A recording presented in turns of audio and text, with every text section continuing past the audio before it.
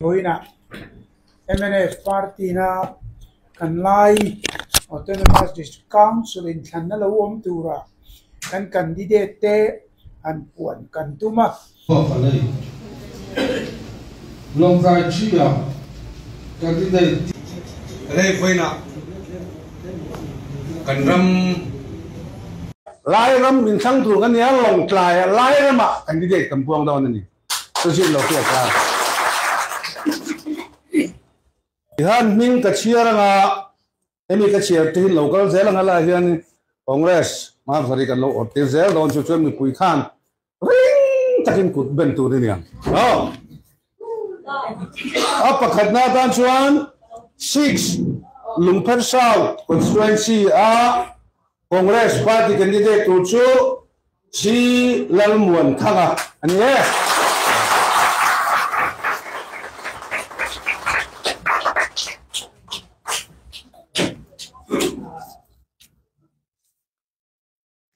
But here, mi puizara itin ngay kainan hingan ortiram se. Kan din dulu. Apa nina cuan 10 Long Tai Bazar constituency 0 rupiah.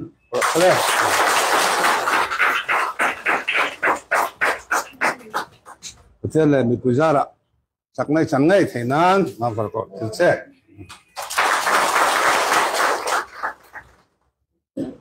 apa tumna chuan 14 Long Tai College Wen constituency UH Sonoma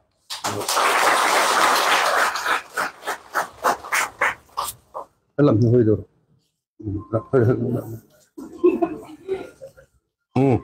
so sangai kainan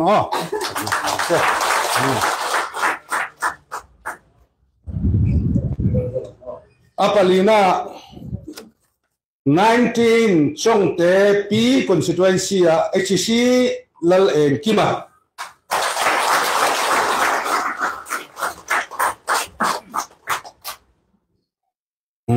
kena changai tenan du sakra han che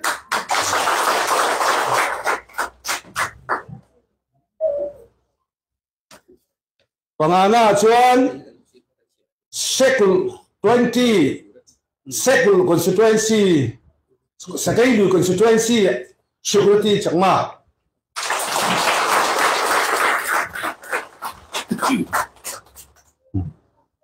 inna changai thena tu samna ne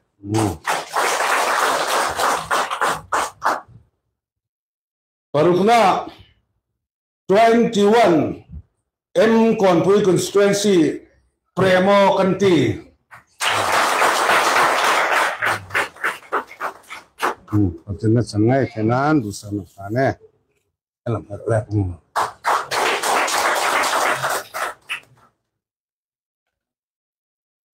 Pasarina 23 Sekul constituency tanah Kongres candidate tuju larung bola,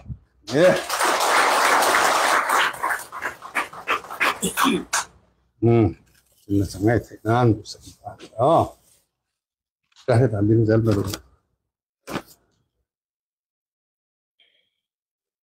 Tichuan, pariat na 22 Bungtlang South constituency tan Laltan Puya.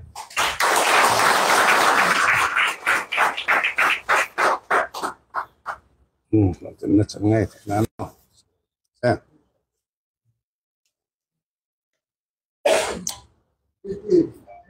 Tichuan Pakuana 25 Vatuampui constituency tanah kan candidate also RVL Suara ya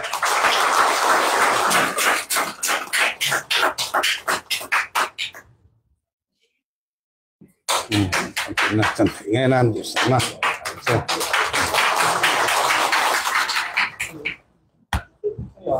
Somna 17 Haithar constituency dan UHC Lalian Vuda. Nah, khang ding lo khang mi som te kha first phrase kha ke si ngun lian chunga Mizoram Pradesh Congress Committee Vice President hian Mizoram Pradesh Congress Committee le AICCI in Congress candidate anni ti kapuange Ngawon Sangau East hian ke lian sang vela apa ming kilchema Sangau South ke Pachiava pa ming ke Jalkama Sangau West ke Sekunga apa ming ke Kiovunga Ceurala ti lalchon bora pa ming rumbunga lumang lungtiana candidate ming si laldian zela pa ming upa si ngun vunga lungper sauta ke lalrin thara pa ming ke bon Shema Vambuka ti zakunga paming ti tialvunga XMDC Bolpui Westa vi zathanga paming vi laloma Bolpui Easta candidate Dr. K Lalchon Puya Paming ke Vanglal Sanga Longkai Bazara Reverend TH Vanglal Zava Paming Jalpunga Longkai Veng Puya Candidate Lalom Sanga Paming HC Ngun Chunga Longkai Chan Maria Candidate F Laluya Paming F Thangluaya Council Venga Candidate Lalu Rachinza Paming Lalchunga late Longtai College Ven Candidate Reverend C. Sangzuala Paming Zamuaka late Longtai Chia Candidate T. Laleng Muana Paming T. Neichunga